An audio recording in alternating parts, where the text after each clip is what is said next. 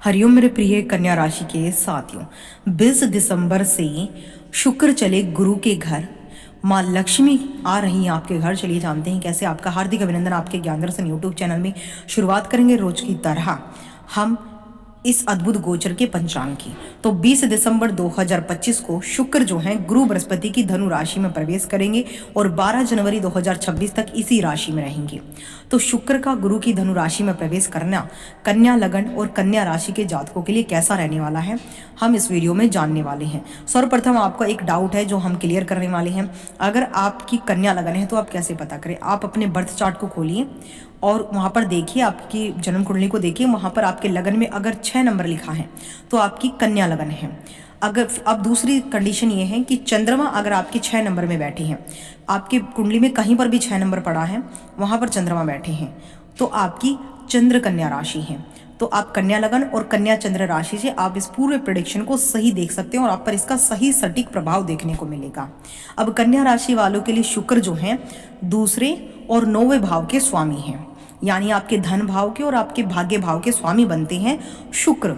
और शुक्र अब आपके कहाँ पर गोचर कर रही हैं? आपके चौथे घर में। शुक्र का धनु राशि में गोचर आपके चौथे भाव में होगा और इस गोचर के प्रभाव से आपके सुख सुविधाओं में गजब की वृद्धि होगी, क्योंकि महालक्ष्मी आ रही हैं।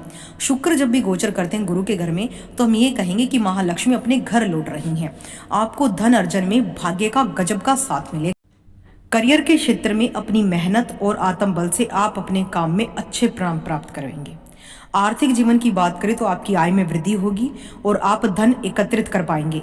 आपके भीतर संकल्प शक्ति मजबूत होगी और जिन जातकों का खुद का व्यापार है वे सफल व्यापारी बनकर उभरेंगे और लाभ बनाए रखने में भी सफल रहेंगे। व्यक्तिगत जीवन में आप अपने जीवन साथी के साथ मुस्कुराते हुए समय बिताएंगे और दोनों के बीच बॉन्डिंग और तालमेल बहुत ही मजबूत बनेगा। स्वास्थ्य की बात करें तो आपकी ऊर्जा और उत्साह बरकरार रहेगा। आप स्वस्थ महसूस करेंगे, क्योंकि देखिए आपके जो शुक्र हैं आपके धन और भाग्य भाव के स्वामी हैं। दूसरा भाव हमारा कुटुंब का, वाणी का और धन का होता है और भाग्य भाव हमारे धर्म, पिता और सामाजिक हमारी गतिविधियों का और भविष्य का होता है। ऐसे में जब धन और भाग्य का स्वामी जब हमारे चौथे घर में आता है तो हमें धन से सुख मिलता है, कुटुंब से सुख मिलता है, हमारी वाणी के द्वारा हमें सुख और धन लाभ मिलता है। तो वहीं भाग्य यानी पिता से हमें लाभ मिलता है, पिता के लिए हम भाग्यशाली हो जाते हैं। हम ये कहेंगे कि धर्म हमारे लिए बहुत इंपॉर्टेंट हो जाता है, यानी हमें धर्म से सुख मिलेगा। जितना हम धार्मिक होंगे उतना हमें सुख मिलेगा, क्योंकि सुख भाव में बैठा है आपके भाग्य का स्वामी और आपके धन का भाव का स्वामी। अगर आपको ये समझ में आ रहा है प्रेडिक्शन तो आप कमेंट में जरूर बताइएगा। साथ ही आप कुंडली पर, स्क्रीन पर आप देख पा रहे होंगे कि सामने यानी चौथे घर के सामने 3 नंबर लिखा है, जहां पर गुरु बैठे हैं वक्री अवस्था में मिथुन राशि में। गुरु की सप्तम दृष्टि आपके चौथे घर पर पड़ रही है।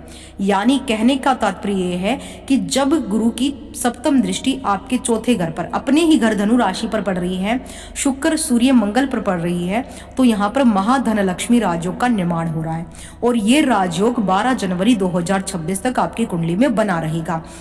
इसका फल क्या होगा कि जब महालक्ष्मी धन लक्ष्मी राजयोग बनता है तो धन संपदा में गजब की वृद्धि होती है, क्योंकि गुरु बृहस्पति स्वयं माँ लक्ष्मी पर दृष्टि डाल रहे हैं और माँ लक्ष्मी की सप्तम दृष्टि स्वयं गुरु पर डाल रही है।